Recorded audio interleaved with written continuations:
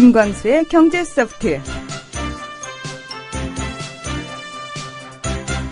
자, 여러분께서는 국민TV 라디오 김광수의 경제소프트에 오셨습니다. 안녕하세요. 아나운서 문희정입니다. 오늘도 김광수 소장님, 길경식 연구이사님 함께해 주셨습니다. 두 분 안녕하십니까? 네, 안녕하세요. 안녕하세요. 네. 어느 요일이 가장 바쁘세요? 월요일이 제일 바쁘죠. 그러면은 그 경제 소프트 하는 수요일쯤 되면은 조금 바쁜 게 어느 정도 일단락이 되는 건가요? 그렇지는 않죠. 똑같습니다. 근데 심리적으로 월요일이 제일 바쁘죠. 월요일이. 네. 예. 우리 그 보고서 자판기인 소장님께서는 어느 요일에 월요일에 가장 보고서를 많이 쏟아내십니까? 주말이죠. 주말에? 네, 토요일, 일요일. 그러면 혹시 연구소에 출근하세요? 네. 그럼 밑에 사람들이 싫어해요. 근데 저만 나오죠. 아유, 소장님 나와 계신데 우리 이사님 웃고 진짜요? 진짜요? 불이익 없습니까? 안 나와도. 네. 눈치 보이거나 하는 거 없습니까? 전혀 그런 거 없습니다. 뭐 소장님 히스테리 부린다거나 이런 거 없습니까? 주는 게 없는데 무슨 눈치를 봅니까? 주는 게 있어야 눈치를 보죠. 아니, 그러면 소장 입장에서는 아니 이것들이 나는 주말까지 지금 일을 하고 있는데.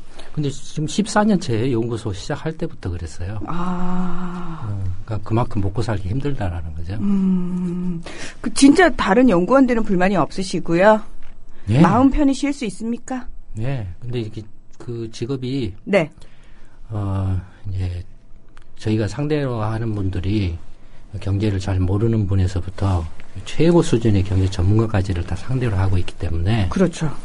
그래서 굉장히 그 스트레스가 많은 직업 중에 하나죠. 보고서를 얼렁뚱땅 낼 수가 없죠. 그래서 모든 사람들이 조금 이렇게 그 만족할 수 있는 평균적인 수준을 찾아서 이제 거기에 맞춰서 내는데 대단한 노하우죠, 그런 것들이. 네. 이제 좀 저만 빼놓고 다 30대니까 굉장히 스트레스가 크죠, 보고서를 쓰려고 하면. 이러면 아무도 연구소 이제 지원 안 하는 거 아닙니까? 네, 굉장히, 그러니까 처음에는 못 모르고 멋있게 보이고, 가서 하면 그럴듯하게 보여서 연구소에서 일하고 싶다라고 하는 젊은 분들이 굉장히 많으셨는데, 예전에 이제 와서 보고, 짧게는 2달, 길게는 6달, 다 스스로 그만두고 이렇게 나가시더라고요. 그러니까 네. 밖에서 보는 것과는 실제로 또 다릅니다. 다르고, 굉장히 많은 이제 스트레스를 받죠. 네. 그것도 매주마다 그런 보고서를 내야 되니까, 웬만한 그 노력과 훈련을 하지 않으면 힘들죠. 그럼 우리 길경식 연구이사는 몇 년째 근무하시는 거예요? 전 이제 4년. 네. 그 유일하게 오래 버티신 분입니까, 혹시? 아니죠. 네, 지금. 최근에 왔죠, 네, 지금 저하고 같이 거의 창업 때부터 같이 한 분들도 계시고. 네. 제가 왜 이걸 여쭤봤냐면요. 인터넷에서 이런 글귀를 봤어요. 프랑스로 이민 간 한국 사람이 열심히 야근을 하니까 그 프랑스 상사가 그랬대요. 당신이 지금 무슨 짓을 하고 있는지 아느냐. 우리가 정말 오랜 시간 동안 쟁취한 그런 휴식과 그런 어떤 정당한 노동권을 당신이 지금 망치고 있다. 이런 얘기를 했다는 그런 내용을 보면서 언제쯤이면 우리나라가 노동자들이 정말 살기 좋은 나라가 될까. 그러니까 어쩔 수 없이 일을 해야 되는 상황들이 너무 많잖아요. 소장님도 마찬가지시고. 그래서 여쭤봤어요. 김광수 경제연구소는 어떤가? 근데 먹고 살지 못하면 네. 어쩔 수 없죠. 먹고 살려면은. 네. 그래요. 프랑스는 프랑스고 한국은 한국이고. 알겠습니다. 자, 먹고 살기 위해서 경제 반드시 알아야 되죠. 광고 듣고 와서 본격적으로 먹고 사는 문제에 대해서 이야기 나눠보겠습니다. 정부에선 빚내서 집 사라는데 사야 할지 말아야 할지 모르겠어요. 사회생활 하려면 경제 지식이 필수인데 어디서 마땅히 배울 데도 없고. 뉴스를 봐도 뭔 소리인지 한 개도 모르겠고 누가 좀 속 시원히 알려줬으면 좋겠습니다. 아직도 신문이나 주간지를 통해 정보를 얻으시나요? 이제 보다 정확하고 심도 있는 실시간 현실 경제 정보를 받아보실 수 있습니다.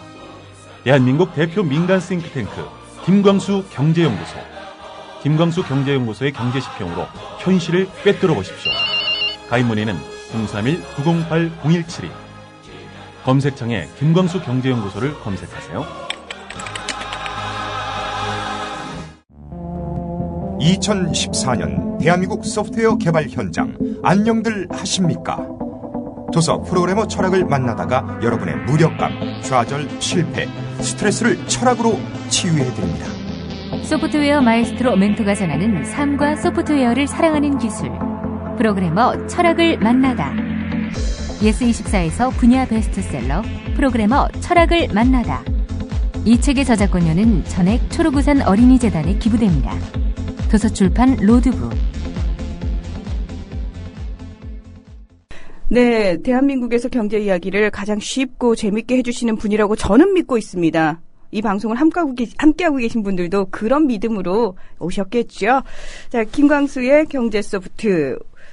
우리가 본격적인 이야기를 하기 전에요. 잠깐 전해주실 말씀이 있으시다고요? 네, 저희가 아마 지난주에는 이제 전주에서 경제 토크쇼를 했고, 그 전주에는 저희가 이제 여기 국민TV 카페에서 경제 토크쇼를 했는데, 지난주에도 한 100여 분 넘게 오셨고, 여기 밑에 설 때도 한 120, 30분 오셨는데, 네. 저희가 이런 걸 이제 전국적으로 돌아가면서 계속 진행을 하려고 해요. 그래서 3월달에 혹시 현장에서 네. 국민TV 조합원이라고 하시는 많이 분들 오셨더라고요.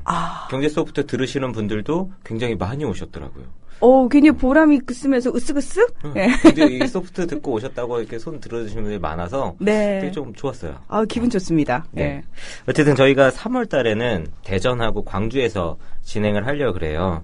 대전은 이제 3월 22일 토요일에 오후 3시부터 5시까지 대전의 기독교 연합 봉사회관 컨벤션 홀이라는 데서 진행을 할 예정이고, 주제는 FRB의 출구 전략과 또 다른 경제 위기라는 주제로, 어떻게 보면 이런 지역들은 경제전망 세미나를 못 했거든요. 그래서 어떻게 보면 그거의 어떤 연장선 상에서 저희가 진행을 하는 거고, 참석을 원하시는 분들은 저희 연구소로 이메일로 신청을 해주시고, 이번에 이제 10,000원 저희가 입장료를 받고 있어요. 근데 저희가 이거를 그냥 다 받는 게 아니라 신청해 주시고 입금해 주신 분들은 이제 서적을 현장에서 나눠드리고 있으니까요. 네네. 그렇게 이제 생각해 주시면 될 것 같고, 광주에서는 3월 29일 토요일에 시간은 같아요. 오후 3시부터 5시 반까지 광주 NGO 센터 KT텔레캅 3층에서 진행을 하고요. 이때도 주제는 동일하게 FRB의 출구 전략과 신흥경제적인 위기 관련해서 하니까, 여기 경제전망 세미나 참석하고 싶으셨는데 참석 못하셨던 분들은 한번 신청하고 참석해 보시면 여러 가지로 많이 도움이 되실 것 같아요. 네. 이제는 시대가 바뀌어서요. 적극적으로 참여하고 찾아가시는 분들이 굉장히 많아지셨잖아요. 예. 경제전망 세미나 할 때 서울로 올라오지 못해서 아쉬워하셨던 지역분들 많으셨는데, 네. 대전과 광주분들 또는 그 인근에 사시는 분들한테는 굉장히 좋은 기회가 될 것 같습니다. 오늘도 광주에서 한 분이 15명치를 혼자 신청을 했어요. 네. 15만 원 바로 입금하시고, 네. 관심이 되게 많으신 분들이 많더라고요. 그래서 저희가 이게 100명 한정이니까 조금 빨리 하셔야 될 것 같아요. 그러네요. 100명이면 네. 금방 찰 것 같아요. 토크쇼인데 토크는 안 하고 강연을 토크를 해야 되는데. 저는 이렇게 지역에서 성황리에 이런 행사가 치러졌다는 얘기를 들으면 어떤 느낌이 드냐면, 사람들이 그만큼 먹고 사는 게 참 힘든 문제가 됐구나. 그리고 그만큼 정보를 믿지 못하는구나. 정확한 정보에 목말라 있구나라는 거를 간접적으로 좀 느낄 수 있어서 약간 짠한 마음도 있어요. 예. 관심 많으신 분들이 진짜 많은 것 같아요. 네. 소장님 어떠세요? 예전에 처음 연구소를 시작할 때와 비교해가지고 점점 사람들의 관심이 늘어나고 있는 추세죠? 네, 늘어나고 있다고 봐야 되겠죠. 네, 늘어나고 있다고 봐야 되고, 그 다음에 이제, 또 많이 정보를 발신하는 것도 많이 늘어나서, 이제 다양화되고 있는데, 그러니까 경제 관련 정보를 원하는 사람들도 많이 늘어나고, 경제 관련 정보를 제공하는 쪽도 많이 늘어났는데, 양쪽 다 이제, 좋은 의미에서 늘어나면 좋은데, 네. 또 그렇지 않은 면들이 있는 것 같아요. 네. 자, 저희가 이제 오늘 3주째죠. 네. 경제학사에 대한 얘기를 하고 있는데, 지난주 막판에 제가 헛다리를 너무 많이 짚는 바람에 또 악플이 늘었어요. 근데 이건 이게 굉장히 좋은 학습법이에요, 사실은. 네? 그런 게. 그러니까 잘 모르는 사람을 상대로 해서 이야기를 해야 이 방송을 이렇게 들으시는 분들도 쉽게 이해를 하시거든요. 근데 제가 조금 이렇게 전문적인 말이나 어려운 이야기를 해도 우리 문화아나운서가 다 알아들어버리면 네. 그런 식으로 이야기가 가버려요. 그러면 사실 들으시는 분들의 수준차도 굉장히 많이 날 텐데 네. 많이 하시는 분들은 금방 알아들으시지만 그냥 보통 지식이 보통 수준이신 분들한테는 좀 어려운 내용이 될 수 있잖아요. 네, 그러니까 예. 딱 좋아요. 예. 그러니까 여러분 있잖아요. 저 모르기는 하는데요. 우리 이렇게 하면서 배워가자고요. 네. 예. 제가 그러니까 처음에 그 대학원 공부한다라고 생각하고 들으시라고 그랬죠. 대학원 공부예요. 대학원 공부기 때문에 공짜로 들으시는 거잖아요. 네. 공짜이지만 국민 TV가 이 프로그램을 제공을 해드리고 있으니까 이렇게 조합비 정도는 좀 내시고 네. 그다음에 네. 이제 경제학 여러 가지 관련된 이야기들을 또 이렇게 알기 쉽게 설명해드리고 있으니까 시간 내서 형편이 되시면 또 경제시평도 네. 구독을 해보시고 또 오늘 이제 그 이야기 경제학 이론에 관한 이야기를 좀 마무리를 해야 될 것 같습니다. 네. 사실 250년 넘게 그 발전해온 경제학 이론을 두세 번에 이렇게 끝낸다라는 건 좀 말이 안 되죠. 말이 안 되는데 어쨌든 오늘로 이제 조금 마무리를 좀 이렇게 하도록 노력을 해보겠습니다. 저희가 이렇게 시간을 들여서 경제학 이론을 이야기하는 이유가 있습니다. 그렇죠? 많은 분들이 아니 제발 그 경제 뉴스에 나온 얘기 좀 해주세요. 왜 지금 봉창 두드리는 무슨 대학가 강의도 아니고 그런 얘기를 하십니까라고 아직까지도 의문을 제기하시는 분들이 네. 계시거든요. 근데 지금 이제 마지막 마무리하기 전에 방금 말씀하신 것하고 관련해서 예컨대 이제 다 미국 FRB의 출구 전략, 미국 경제 또는 일본 아베노믹스, 중국 부동산 시장이 어떻게 되느냐, 이런 것들 다 관심들을 가지고 계시죠. 또 유럽 경제가 어떻게 되고 다음 달에 유럽 중앙은행이 마이너스 금리를 할 건가 말 건가 이런 이야기들이 있어요. 근데 이런 그 경제학의 그 이론들에 대한 기본적인 이해를 하지 못하면 항상 그런 쪽에서 이야기하는 것들이 그냥 쫓아가고 휘둘릴 수밖에 없어요. 왜냐하면은 미국 FRB에 있는 사람들도 이런 경제학적 기본 그 이론들에 대한 이해들을 다 하고 있거든요. 네. 같이 그 이해를 하게 되면 이 사람들이 지금 이런 미국 경제 상황이 이런데 이런 식의 어떤 의사 결정을 할 것 같다라고 이렇게 쉽게 이제 좀 읽어낼 수가 있죠. 또 그 사람들이 어떤 행동을 했을 때 그게 어떤 의미를 갖고 있다라는 걸 쉽게 이해를 할 수가 있죠. 근데 이런 그 이론적인 그 이론에 대한 기본적인 이해가 없으면 인터넷에서 이제 맨 이상한 소리만 막 난무를 해요. 자본주의가 망했다, 신자유주의가 어떻다, 그 다음에 미국이 이제 달러가 종이 쪼가리가 된다, 듣지도 보지도 못한 이야기들만 막 쏟아져 나와요.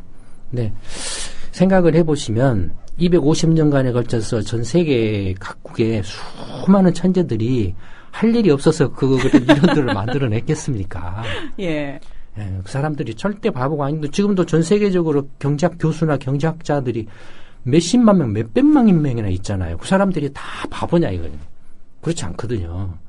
그러니까 다만 이제 그런 이론들이 현실의 모든 면을 다 설명을 해준다든지 해결해 주지는 못하죠. 그런 것들이 앞으로 이제 과제고 숙제죠. 중요한 것은 이제 지금까지 그런 이론들이 그때그때 그 현실 경제와 어떻게 연관해서 발전해 오고 있고 그래서 지금 어느 위치에 있고 하는 걸 정확하게 이해를 해야 되죠. 그래야 지금 어떤 위치에서 이제 어떤 쪽으로 이렇게 갈 것 같구나라든지 지금 무엇에 걸려 있다든지 이런 것들을 이해를 할 수가 있죠. 그렇지 않으면은 장님 코끼리 만지기보다도 더해요. 예, 더해요. 막 엉터리에 휘둘리고 막 그렇거든요. 네. 예. 저희는 그런 실수를 다시 반복하는 그런 경제 프로가 되지 않기 위해서 지금 경제학 이론에 대한 이야기를 하고 있는 겁니다. 네. 예.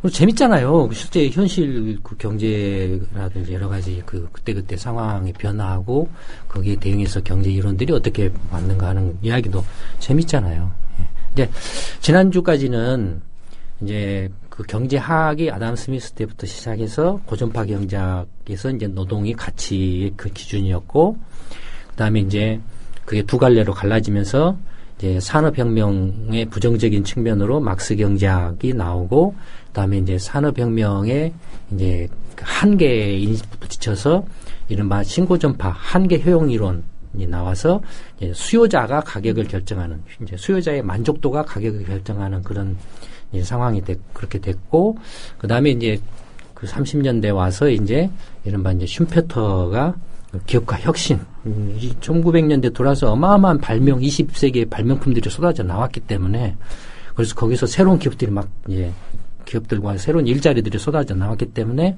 그래서 기업가 그 정신, 도전, 이렇게 창조적 파괴 정신, 이런 것들이 가치를 창출한다라고 이렇게 봤고, 또 하나는 이제 또 다들 아시는 것처럼 30년대 대공황으로 해서 이제 시장을 믿었던 시장이 이제 붕괴가 되니까, 정부가 이제 역할을 단기적으로 역할을 이렇게 해서 경제를 다시 되살릴 수 있다라고 이렇게 한 게 이제 케인스 경제학, 거시 경제학이 탄생을 했고, 그러니까 케인스 경제학에서는 이제 재정 정책과 통화 정책 두 개를 이야기를 하죠.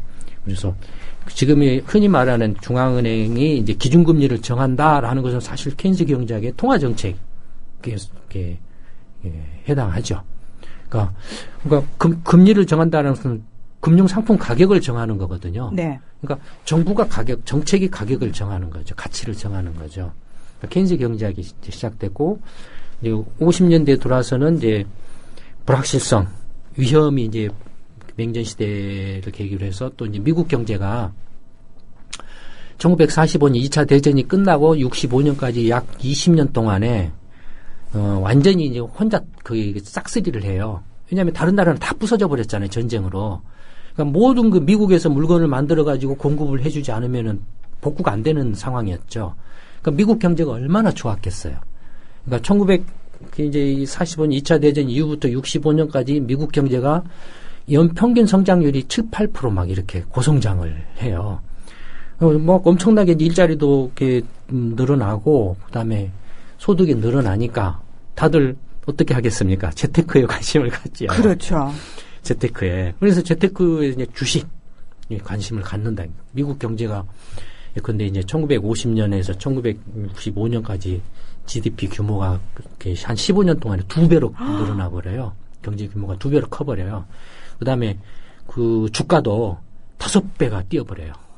주가도 15년 동안에. 그러니까 어마어마하죠. 네. 그러니까 미국 경제가 그러면 황금 시기를 이렇게 구가하는 그런 시대죠. 그러니까 이제 그렇게 되면서 이제 그 과도기죠. 그러니까 1945년 2차 대전 이전에는 그 모든 경제학 이론이나 이런 것들이 다 생산 경제를 중심으로 이야기가 왔어요. 네. 생산 경제를 중심으로 해서 이야기가 왔는데, 이제 2차 대전 끝나고 50년대, 60년대로 들어오면서 미국 경제가 이제 자산 경제로 이렇게 바뀌어가는 과도기적 상황을 보이죠. 한편으로는 생산 경제도 돌아가면서 한편으로는 이제 자산 경제가 급격하게 이제 커지는 그런 상황을 보이죠. 70년대 이후부터는 이제 자산 경제가 이제 완전히 주도권을 잡는 식으로 바뀌어가죠. 그러니까 그렇게 그 경제 구조 현실이 바뀌어감에 따라서 당연히 경제학 이론도 이제 불확실성, 이제 미국과 소련 간에 이제 냉전이 시작되면서 서로가 어떻게 꼼수를 부리는가 해서 게임 이론이 이제 경제학 이론에서 이제 이른바 이제 과점 기업들의 이제 뭐 지금 삼성전자고 애플이 어떻게 지금 스마트폰 시장에서 경쟁을 하고 이건 대표적인 글로벌 과점 기업이라고 볼 수 있거든요. 그러니까 이건 그냥 그 전에 수요와 공급에 의해서 가격이 결정된다가 아니라 삼성전자의 전략과 애플의 전략이 이렇게 어떻게 부딪히고 거기에서 서로가 어떤 그 이제 수일기로 해서 그게 그 결정이 나느냐 뭐 이런 것들이 이제 게임 이론에서 이렇게 다루는 이제 거죠. 그러니까 그런 것과 동시에 이제 그 불확실성이라는 것이 이제 가치를 결정하는, 그러니까 위험과 수익이 가치를 결정하는 걸로. 그래서 이제 위험과 수익이 가치를 결정하는데 주로 이게 어느 쪽 이야기냐면 재테크, 자산경제 이야기입니다. 그래서 자산가격 이론들이 투자론이라든지 금융 이론이 이때 급격하게 막 발전을 합니다. 50년대부터. 그래서 이제 그때 이제 이런 게임 이론이라든지 그 불확실성하에서의 이제 그 이 가격 이론 이런 것들이 가치를 결정하는 이런 것들이 다 합리적 기대론이라는 걸 밑바탕에 깔고서 한다라고 그랬죠. 네. 예, 합리적 기대론이라는 것은 시장에 참가하는 모든 사람들이 합리적 투기자로서 행동을 하는데 현 시점에서 주어진 정보에 대해서 말하자면은 주어진 정보를 가지고 미래를 이제 뭐 다들 재테크를 하면 주가가 내일 올라갈까 내려갈까 이렇게 예상을 할 거 아니면 나름대로 이렇게 좀 이렇게 분석을 할 거 아니겠습니까? 그렇죠. 근데 개똥이 갑순이 을순이 이수일이 심순이 이렇게 다 오늘 현 시점에서 똑같은 정보를 가지고 있다라고 했을 때 내일이 주가가 어떻게 될 것인가를 다 각자 예측을 할 거 아닙니까? 네. 예측을 하는데 그 예측치가 이제 대체적으로 보면 얼추 비슷하다라는 겁니다. 그러니까 서로 비슷비슷하다라는 거예요. 그래서 앞전에 제가 예를 들었던 게, 지금 예컨대, 내가, 부동산 가격이 올라간다라고 하면은 내가 지금 현재 정보가 조금 다른 사람에 비해서 모자라더라도, 가격이 올라가네. 그 가격을 보고서 내가 뭔가 이렇게 부족한 정보를 보완하려고 한다. 왜 가격이 올라갈지 하고 찾는다 이거예요. 그 원인은. 네네. 정보를 찾는다 이거죠. 그 다음에 주가가 내려가네. 나는 올라갈 거라고 생각했는데, 그러면 왜 내려가지 하고 또 정보를 찾는다 이거예요. 그런 식으로 해서 이제 지금 시점에서 사람들이 의사결정을 할 때 모두 거의 똑같은 정보를 공유를 하는 거나 마찬가지가 된다 이거예요. 그게 합리적 기도론의 핵심이고 요체입니다. 그러니까 내일의 주가나 내일의 그 가격에 대해서 사람들이 시장에서 예상하는 게 얼추 이렇게 비슷하다. 어떤 사람은 약간 높게 보기도 하고 어떤 사람은 약간 낮게 보기도 하고 하지만은 전체적으로 보면은 가운데 균형점을 중심으로 해서 술 취한 사람이 비틀비틀 걸어가는 거하고 같다 이거예요. 선상을. 그러니까 그게 합리적 기대론 요체고 그다음에 그래서 이제 사람들이 지금 시점에서 갖고 있는 정보는 동일하다. 동일한 정보를 가지고서 예상을 하는 걸 이제 동질적 기대라고, homogeneous expectation이라고.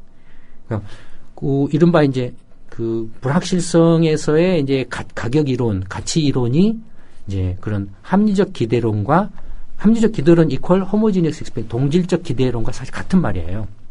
그걸 바탕으로 한다. 또 하나가 이제 자산 경제로 이렇게 바뀌어가는 미국 경제가 과도기적인 상황이라고 그랬잖아요. 방금 전에 이제 50년대부터 60년대가. 네. 생산 경제도 이제 그 전에는 생산 경제의 중심이었다가 2차 대전 때는 어마어마한 전쟁하려면 군수물자를 생산해야 했으니까 어마어마한 생산 경제의 중심으로 돌아갔죠. 근데 50년대 들어와서 이제 생산 경제와 자산 경제가 이렇게 겹쳐지는 과도기적인 상황에서 주식이든 부동산이든 금이든 달러든 이런 자산에 대한 가격을 결정하는데 그 자산은 그 자체로 가치가 있는 건 아니죠. 물론 금이나 이런 것은 가치가 있지만 주식 같은 경우는 종이 쪼가리죠. 네. 종이 쪼가리인데 실제로 그 주식 종이 쪼가리를 사고 파는 게 아니라 그 이면에는 그 주식을 발행한 기업을 보죠. 그렇죠. 네. 그 기업의 가치를 보고 하는 거거든요. 그래서 여기서 또 하나의 큰 이제 가정이 하나 들어갑니다. 뭐냐면 자산 경제는 실물 경제의 거울이다라는 거예요. 그러니까 자산 경제는 실물 경제의 거울이다. 네. 그러니까 주식이나 채권이나 이런 것들은 실물 펀더멘털 가치를 그냥 반영하는 것에 불과하다라는. 그러니까 펀더멘털 실물 생산 경제하고 자산 경제는 서로 이렇게 괴리가 있지 않다 이거예요. 같이 간다 이거. 근데 지금은 뭐가 문제죠? 생산 경제하고 자산 경제가 괴리가 엄청나게 있어서 투기 거품이 막 일어나잖아요. 네. 그러니까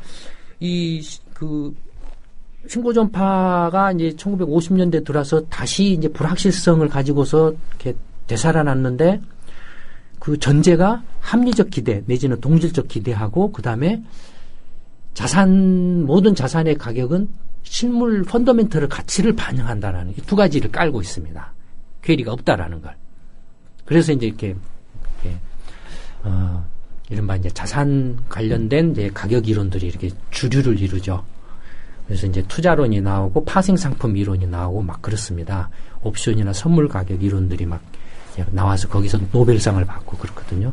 이게 이제 그 이른바 이제 그 신고전파의 이제 그 시장주의죠. 근데 아까 전에 말씀드린 아담 스미스도 자유시장주의를 주장했다고 그러죠. 네. 자유시장주의를 고전파도 주장하고 그걸 이어받아서 이제 한계효용학파, 신고전파도 더더욱 이제 정부 간섭을 배제하는 이게 자유시장주의를 주장을 했다고 그랬죠.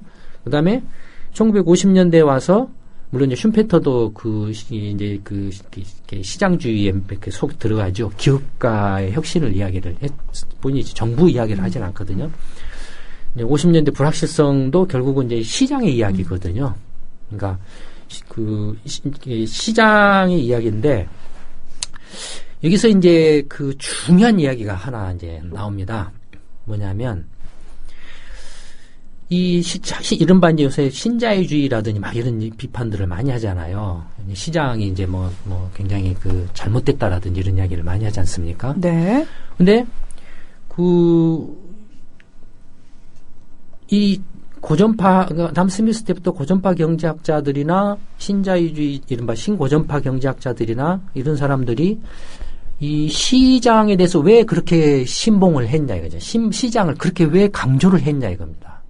무언가가 있었기 때문에 강조를 했겠죠. 그 사람들이 바보가 아니잖아요. 그렇죠.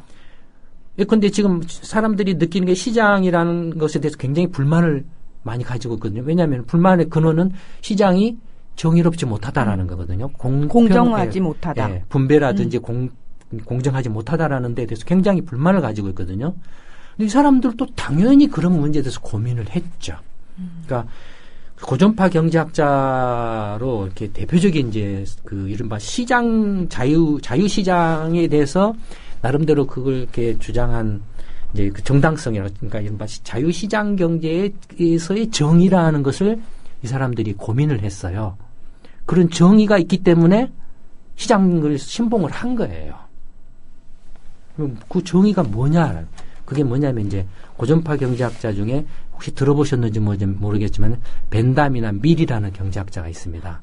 벤담 밀 공리주의. 네. 그렇죠. 공리주의. 네. 이 사람들은 최대 다수의 최대 행복이라는 말로 유명하죠. 뭐냐면은 시장이 됐든 정부가 됐든 간에 뭔가 그 존재 이유는 모든 그 대다수 사람들한테 어떻게 해서든지 하나라도 더 삶의 질이나 만족감을 주는 것이어야 된다라는 거죠. 네. 그게 정의라고 생각한 거예요. 그러니까 다수에게 이로운. 네, 그러니까 네. 공공의 이익이 정의라고 생각한 거예요. 그렇죠. 근데 이제 초창기 고전파 경제학자들이 생각이니까 상당히 좀 뭐라 할까요? 거칠죠. 그냥 주장에 가깝죠. 네, 주장에 가까운데 이제 아까 1860년대 이제 이른바 한계효용학파, 신고전파가 나와서 이제 이른바 이제 수요자, 소비자 중심으로 바뀌어졌다고 그랬잖아요. 네.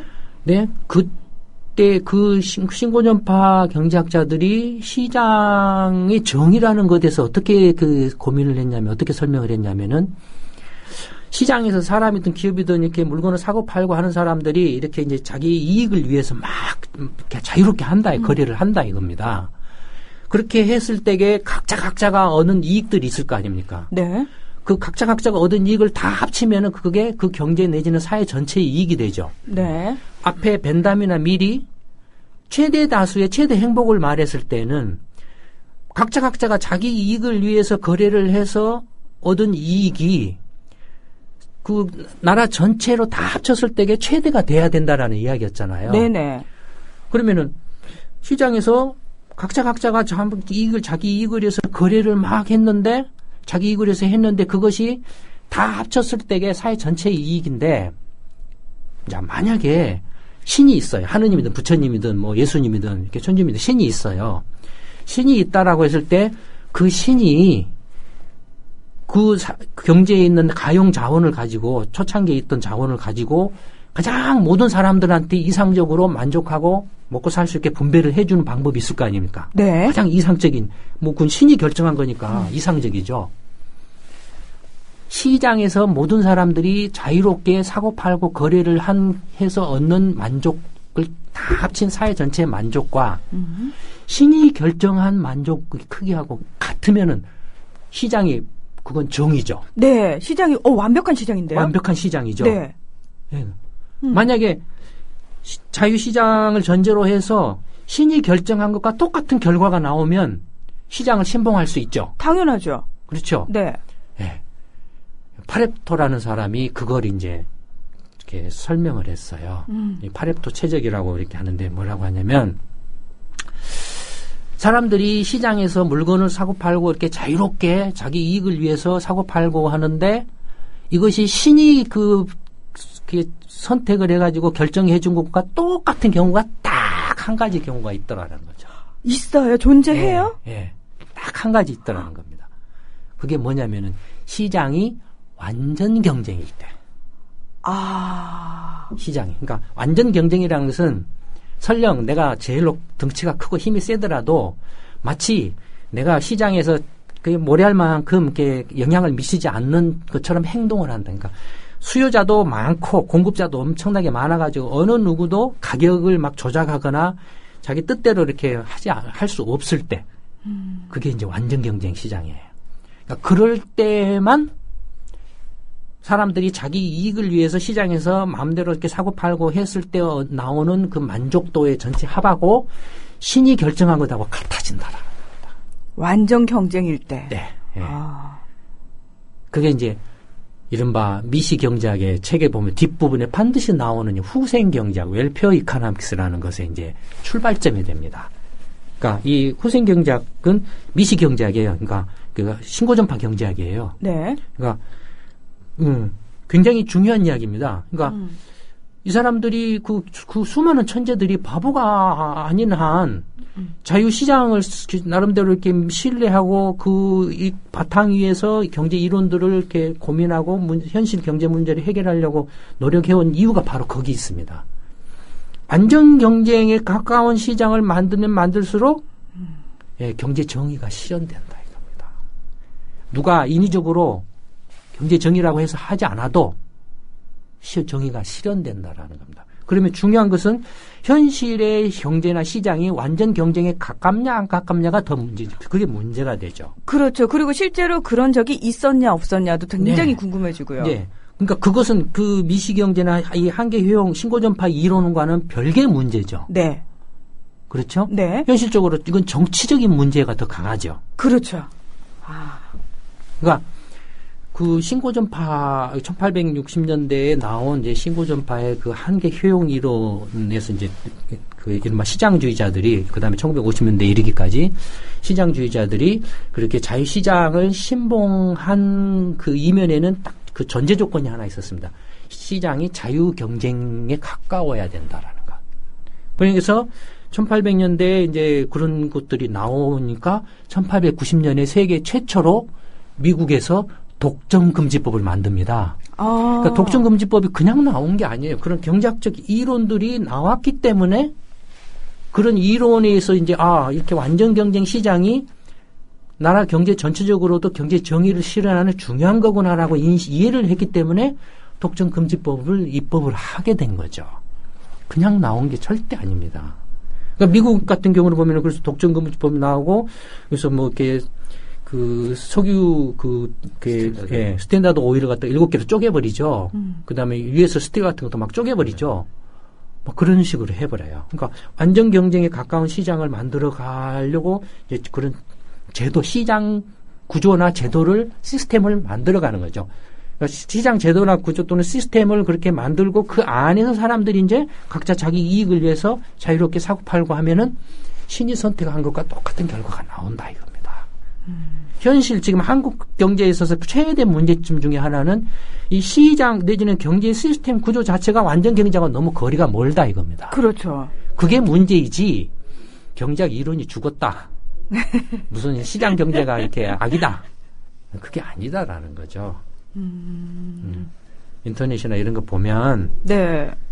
그분들이 얼마나 경제 이론에 대해서 이해를 하고 계신지는 모르겠지만 적어도 이렇게 250년간에 걸치는 어마어마한 천재들이 그 고민하고 이렇게 노력한 끝에 만들어낸 현실에 자기들이 살았던 그 현실 당대의 경제 문제를 풀려고 노력했던 것들이 예. 그렇게 말을 한마디 이렇게 엉터리가 되고 하는 말이 안 된다. 그러면 안 된다 이거예요. 이게 이제 이른바 이제 효용 이론, 이른바 이제 시장 경제, 자유시장주의의 전제 조건입니다. 그다음에 이제 1930년대 이제 케인스 이론이 나왔다고 그랬죠. 거시 경제학에. 근데 이제 케인스 이론이 이렇게 나왔는데, 케인스 이론은 뭐 그 후로 이제 2차 대전이 끝나고, 전에도 잠깐 말씀드렸습니다만, 정부 관료나 정치인들이 너무 좋은 거예요. 전에 케인스 경제학은 사실상 신고전파의 경제 이론과 똑같다고 그랬죠. 네. 장기에 있어서는 같아진다고 그랬죠. 네. 시장주의자예요. 그렇죠. 케인즈도. 네. 근데 문제는 단기에서 시장이 실패했을 때는 정부가 개입을 하는 거죠. 개입을 해서 시장 가격이나 가치를 결정을 해준다 이거예요. 네. 그게 케인스 경제학이거든요. 그랬는데 현실적으로는 정부 관료와 정치권의 밥그릇이 돼버린 거예요, 이게. 예. 근데 선거를 하면 4년마다 이렇게 정권이 바뀌잖아요. 네. 5년마다 바뀌잖아요. 선거를 하잖아요. 그러면은 전 정권이 내가 이렇게 케인스 경제학에서 경기 부양한다고 이렇게 막 한다 이거예요. 그러면서 다음 선거 때가 다가오면은 사실은 시장 경제, 자유시장 경제 또는 완전 경쟁이나 이런 관점에서 경제 정의라는 관점에서 봤을 때 해서는 안 되거나 의미가 없는 정책들을 남발한다 이겁니다. 정부 관료들이 또 자기들 밥그릇을 이렇게 늘리려고 일자리나 자기들 자리나 이런 거 늘리려고 막 남발한다 이겁니다. 남발하면 어떻게 되죠? 결과적으로는 왜곡 현상이라는 빚이 늘어나죠. 빚이요? 정부 빚이 늘어나죠. 예. 근데 자기는 해먹고 물러나면 그만이다 이거예요. 그러니까 결과적으로는 2차 대전 이후에 케인스 경제학이 이제 정부 관료들이나 정치권한테서 열렬한 환영을 받았는데 결과적으로는 거의 세계 모든 나라에서 이른바 케인스주의자들이라고 이렇게 자칭했던 정치가들이나 정부 관료들이 판을 쳤던 나라들은 대부분이 전부 빚투성이가 돼버렸어요. 지금. 그러니까 문제가 거기서 생기네요. 경제 이론 자체가 잘못되거나 쓸모 없어지는 게 아니라 경제 이론 자체는 완벽했지만 거기서 말씀하신 것처럼 정치가 개입되고 정치적 영역이란 측면이 그렇죠. 개입을 했을 경우 그렇죠. 그러니까 거기서 이제 왜곡되고 비틀리는군요. 네. 그래서 이제 60년대 미국에서 이른바 네오 폴리티컬 이코노미, 그래서 고전파 경제학, 그러니까 앞서서 말하는 신고전파하고 한계효용이랑은 다른 아담 스미스의 고전파에 대응하는 네오 폴리티컬 이코노미 나온 게 뭐냐면은 정부 관료들의 부패와 밥그릇 챙기기와 민주주의의 그 문제를 이야기를 해요. 왜냐하면 민주주의는 무슨 이야기죠? 정치권 이야기죠. 네. 그러니까 이른바 제3세계라든지 1960년대, 50년대 이제 막 제3세계로 급격하게 확산되면서 그런 나라에서 이제 체념론이 나와요. 체념론이 나오는데 뭐냐면은 이게 뭐라 할까요? 그렇게 된 그런 제3세계랄까 하여튼 경제가 계속 좀 이렇게 정상적으로 시장 경제가 발전을 해 가야 되는데 발전하지 못하고 자꾸 이렇게 혼란이나 아니면은 제3세계 같은 데는 정체하거나 이렇게 제대로 성장을 못하는 이유가 관료들의 무능과 부패, 도덕적 해이, 그 다음에 정치권의 비민주주의적인 독재, 3세기가 독재였잖아요. 그러니까 비민주주의 이런 것들이 이른바 제3세계라든지 아니면 경제의 정상적인 발전을 저해하는 요소라고 이렇게 이제 그걸 비판하는 이야기들이 나옵니다. 네.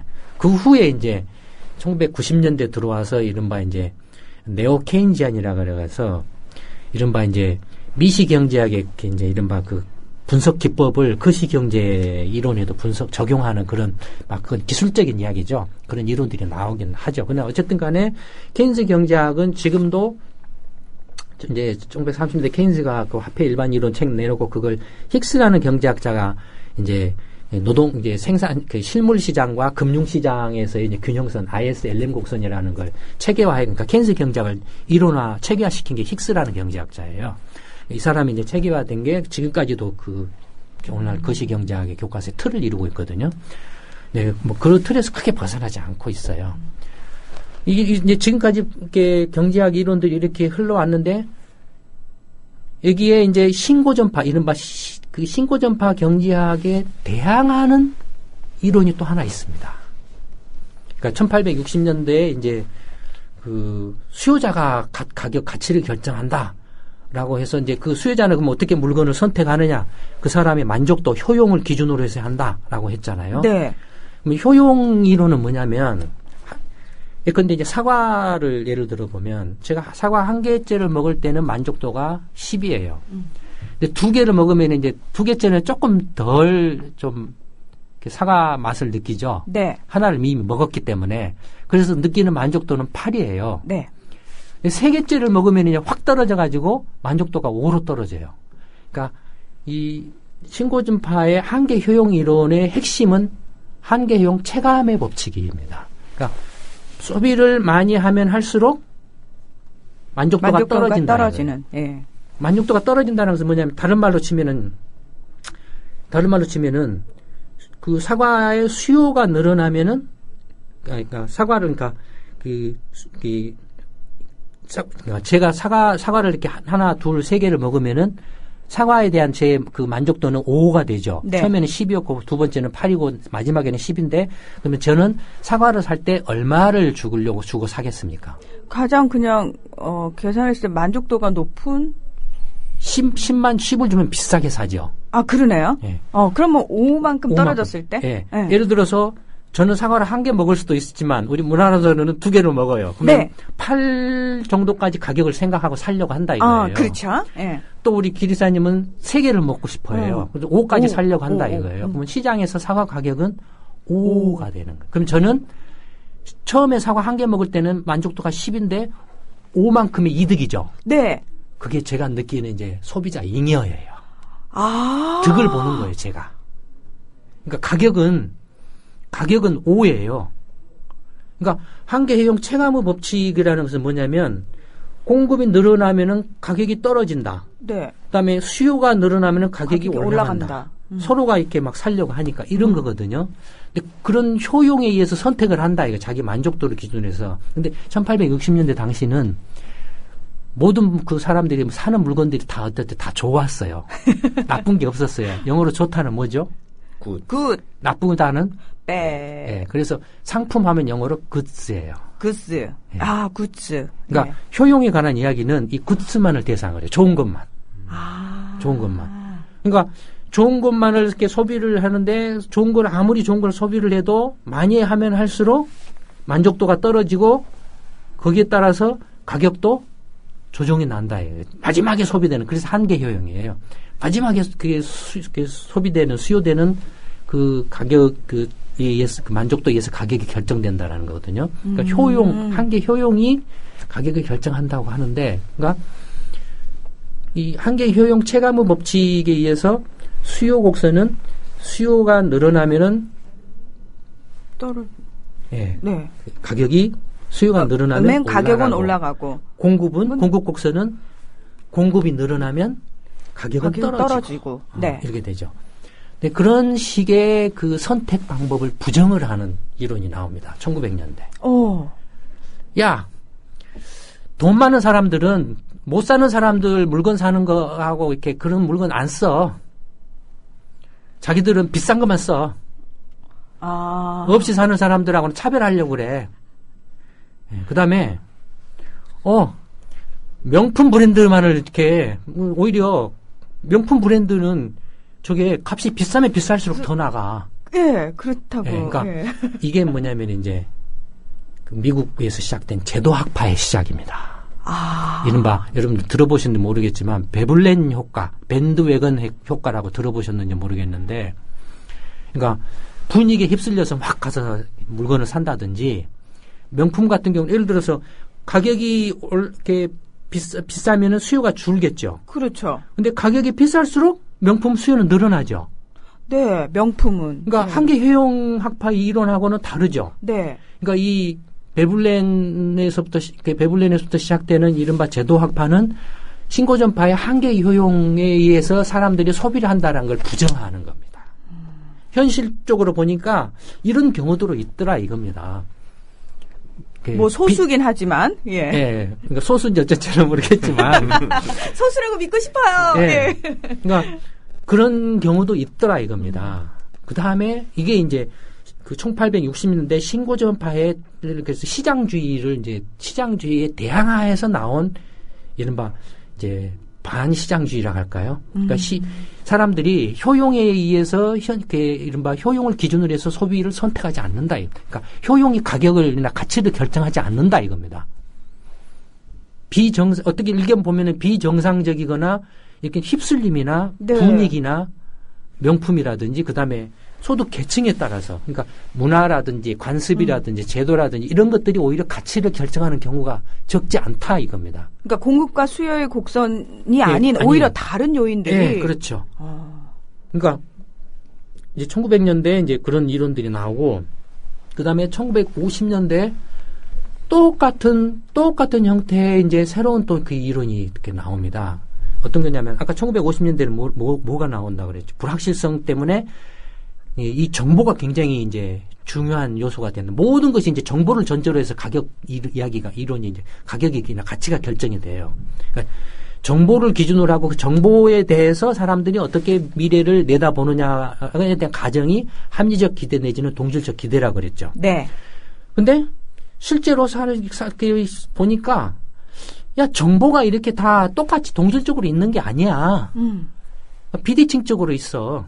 예를 들어서 기업 경영자는 내부 정보를 갖잖아요. 네. 일반 투자자는 밖에서 그 기업이 어떤 그 기술 개발은 아직 내부적으로 하고 있는데 발표할 단계는 아니에요. 근데 내부 기업 경영자는 알고 있지만 밖에 있는 투자자는 모르고 있어요. 그러면은 이 기업 경영자가 자기가 그 내부 정보를 가지고 몰래 뒤도록 돌아가서 몰래 주식 사가지고 돈 챙겨 먹을 수도 있죠. 네. 그 다음에 또 하나는 내가 사장이 됐어요. 근데 이게 이제 이른바 전문 고용 사장이에요. 공기업 사장이에요. 낙하산 사장이에요. 네. 공기업 낙하 사장인데 사장이 되면 어떻게 하죠? 되게? 그냥 한 2평짜리 그 자기 방에 책상 하나 놔둬도 될 걸 50평짜리 방 사장실 만들고 책상도 의리의리하게 놔두고 또 회의 접견실 놔두고 차도 그냥 뭐 외제차로 빡 한다든지 뭐 눈치 보이니까 외제차는 뭐 못할지는 모르지만 대형차 고급차로 팍 한다든지 그다음에 카드 막 써버린다든지 이런 건 뭐죠? 도덕적 해이죠. 네. 그래서 1950년대에 이른바 이제 그 이쪽 자산 경제, 자산 가격, 그러니까 불확실성과 정보 대칭성을 전제로 한 합리적 기대를 전제로 한 가격 이론에 대항하는 이론으로 정보 비대칭과 도덕적 해이를 전제로 한 이론들이 나옵니다. 그러니까 이게 이른바 정보 경제학이라고 이제 부르죠. 근데 이게 아까 말씀드렸던 그 제도학파의 연장선상에 있어요. 이 제도학파에 크게 보면 제도학파에 들어가죠.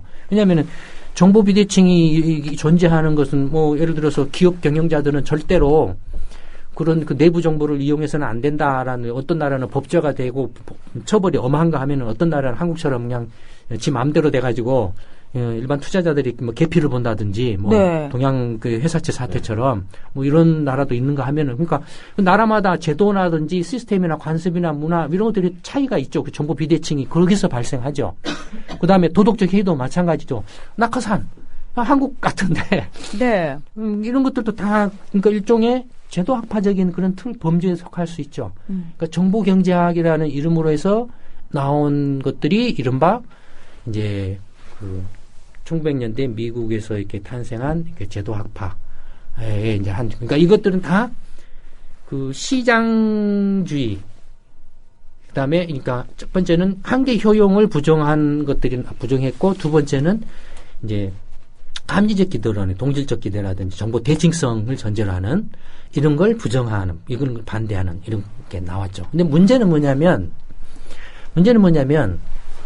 이 정보 비대칭이나 도덕적 해이 이런 걸 주장해서 그래서 현실 시장은 이런 나쁜 놈도 있고 챙겨먹는 놈도 있고 몰래 이렇게 정보 빼가지고 이득 보는 놈도 있고 막 이렇다 이거야. 그러니까 이 신고전파에서 말하는 시장의 어떤 수요나 공급 내지는 무슨 그런 걸로 결정이 되는 게 아니야.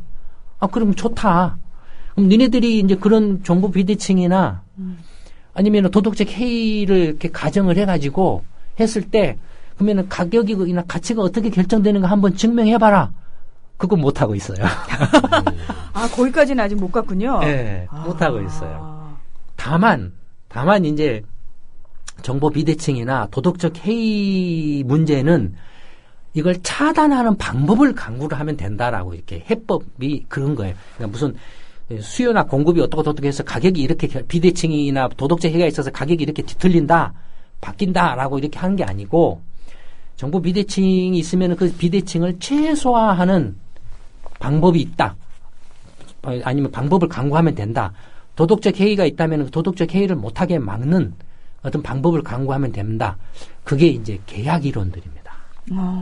그러니까 이렇게 서장돼 가지고 막 이렇게 흥청망청 이렇게 막 그 써버리면 너 그 성과급을 처음에 이렇게 이제 계약해서 실적을 이렇게 내면 성과급을 뭐 500% 주기로 했다든지 뭐 스톡옵션을 뭐 얼마를 준다라고 했는데 그게 문제가 되면 너 그거 다 취소야. 이런 식으로 계약을 사전에 맺어가지고 도덕적 해이라든지 정보 비대칭으로 인한 그 이른바 이제 그 뭐 투자자들이나 아니면 일반 뭐 이렇게 소비자들의 피해를 이렇게 막는 그런 것들. 그러니까 일종의 법적 해결 방법을 강구를 하는 거죠. 예. 그러니까 지금 그 경제학의 대체적인 경제학의 지금 이제 그 흐름이랄까 이론적인 흐름이 이런 이렇게 맥락으로 오고 있습니다. 오고 있는데 그 중에서도 이제 지금 그 최근에 이제 와서 문제가 아까 말씀드렸던 것처럼 이제 50년대, 60년대에서 이제 과도기적인 단계를 거쳐가지고 70년대 들어오면서부터 미국 경제가 이제 아주 급속도로 이제 자산 경제화, 금융을 중심으로 한 재테크 경제화로 이렇게 막 흘러간다고 그랬죠. 네. 70년대, 80년대. 그러니까 그렇게 흘러가면서 미국에서 이제 막 금융, 이른바 혁신이라는 게 일어납니다. 금융 자유화, 뭐 금융 국제화, 뭐 이런 것들이 막 진행이 되죠. 근데 그렇게 하면서 이제 자산 경제화 내지는 이렇게 진행이 되다 보니까 문제가 뭐냐면은 이게 경제가 투기화되죠. 자산 시장은 기본적으로 신고전파 이렇게 합리적 기대로 인해서는 합리적 투기자를 가정한다고 그랬죠. 근데 투기 유형에는 해지가 있고 그냥 투기가 있고 그렇죠. 네. 막 질러대는 게 있고. 근데 그러니까 투기가 예전에는 초창기에는 뭐라고 했냐면 가격이 이렇게 불안정할 때, 가격이 이렇게 정상적인 수준에서 올라갈 때 반대로 투기가 들어와서 선물 이렇게 매도를 해주면 가격이 진폭이 줄어든다. 아. 가격이 막 이렇게 들쭉날쭉할 경우에는 투기가 들어오면 그걸 안정화시켜준다. 그랬는데 이제 1970년대 이후에는 가격이 이렇게 안정화된 모습을 보였는데 투기가 들어가지고 막 들쭉날쭉하게 되고 오히려 반대에 네, 결과적으로는 이제 80년대부터 뭐 이렇게 블랙 먼데이가 벌어지고 이제 투기 거품이 붕괴돼서 이제 혼란이 오고 90년대 들어와서는 이제 이른바 이머징 마켓 에서 이제 뭐 한국의 외환위기라든지 이렇게 위기가 오고 미국에서는 이제 그 파생 상품 거래로 해서 1조 달러 규모에 달하는 롱텀 캐피탈이라는 회사가 파산을 해버리고, 그 다음에 그 2001년에는 뭐 했죠? IT 버블로 유명하죠? 네. 그 다음에 그 2008년에는 글로벌 금융위기죠? 네. 그러니까 위기가 막 이제 점점 갈수록 이렇게 빈발하고 주기가 짧아지고 거대화된다. 그 다음에 이게 글로벌화 되니까는 이제 이게 싱크로나이즈, 그러니까 동시에 그냥 전 세계로 그냥 순식간에 팍 확산이 돼버린다, 위기가. 그러니까 그런 상황이 이렇게 벌어진다라는. 그래서 이제 그 1980년대부터 80년대 말 90년대부터 이제 그 관심을 끌기 시작하는 게 이른바 버블론입니다. 버블론. 예, 네. 투기 버블론. 예, 그러니까 저거 거품이야, 투기 그 거품이야, 투기 버블이야 하는 거죠. 그런데 그 버블론을 계속 이야기를 하고 있는데 거기 버블론을 이야기를 할 뿐이죠. 근데 들어보셨죠? 작년에 그 노벨상을 받았던 케이스 실러라는 이제 교수는 그 미국의 주택가격 지수를 실증적으로 이렇게 한 사람이죠. 그 다음에 이제 주가 지수 같은 경우도 실증적으로 분석을 해서 미국의 이제 주가가 거품이 아니다라는 주장을 하고 있죠. 네, 예전에 한번 말씀을 하셨거든요. 그렇죠. 네. 그러니까 이것도 사실은 어떤 이론적인 어떤 그 근거에 의한 게 아니라 그냥 개인적인 실증 분석을 통해서 개인적인 주장이죠, 사실은. 예, 주장인데 워낙 현실이 그렇기 때문에 그 주장도 너무나 현실을 해서 벌어진 상황과 그 주장이 잘 맞아 맞기 때문에 네. 그걸 이제 받아주는 거죠. 아직 그것이 이론적으로 이렇게 정립돼 가지고 이렇게 그런 실증 분석이 나온 건 아니죠. 그래서 아직은 버블론이 지금 이제 계속 거론은 되고 있는데 이론 경제학 이론으로 아직 자리 잡기는 상당히 어려운 면들이 있어요. 근데 이제 최근에 FRB 등 미국에서 나오는 이야기가 놀랍게도 버블론이 중요한 정책 수단일 수 있다라는 말이 나옵니다. 버블을 일으키는 게. 그러니까 정책 수단이라는 거는 인위적으로 개입을 그렇죠. 했다라는 거죠. 인위적으로 버블을 만든다라는 거죠. 그런 말까지 지금 나오고 있어요. 얼핏 음모론 아니야라는 생각도 네. 드는데. 그러니까 이건 이게 뭘 말하냐면 지금 아까 말씀드렸던 1950년대 이후 미국 경제가 생산 경제에서 자산 경제로 와서 지금 자산 경제적 그러니까 미국 2008년 글로벌 금융 위기 이후에 미국 경제가 회복하는데도 결과적으로는 FRB가 달러를 찍어가지고 하는 양적 통화 확대책이라는 걸 해서 주가 띄우고 뭐 이렇게 집값 다시 막 챙겨주고 막 해서 겨우겨우 이렇게 하는 모습을 보이고 있다 이겁니다. 그러니까 그런데 그것이 한편으로는 신흥국 경제 위기를 일으키고 있고 양극화, 소득 분배를 왜곡하고 이른바 경제 정의를 이렇게 뒤틀어 놓고 있다 이겁니다. 네. 그러니까 이게 지금 논란이 되고 있어요. 그러니까 이런 경제학의 이론의 어떤 전개 과정을 이해를 못하면 지금 이런 논란의 맥락을 이해를 못하죠. 이게 옳은 이야기인가 그런 이야기인가 이걸 어떻게 내가 판단해야 될 것인가. 만약에 여러분들이 이 방송을 들은 분들이 대통령이라고 한다면 한국의 경우에는 어떻게 해야 될 것인가. 지금 생산 경제 지금 자산 경제 해가지고 부동산으로 이미 확 가버렸는데 어떻게 할 것인가. 이런 문제에 대해서 이런 이해 없이는 어렵다 이겁니다. 네. 자, 듣는 데서 끝나시면 되는 문제가 아니고요. 가까스로 마무리를. 근데 이제 저희들은 숙제를 하나 떠하는 거죠. 자, 이 모든 걸 바탕으로 자, 생각을 정립을 해야 된다는 숙제가 남아 있습니다. 3주간에 걸쳐서 경제학 이론에 대해서 설명해 주셨는데요. 역시나 오늘도 굉장히 열정적인 강의였습니다, 소장님. 네. 길경식 이사님도 고맙습니다. 다음 주에 뵙겠습니다. 고맙습니다. 네, 감사합니다. 감사합니다.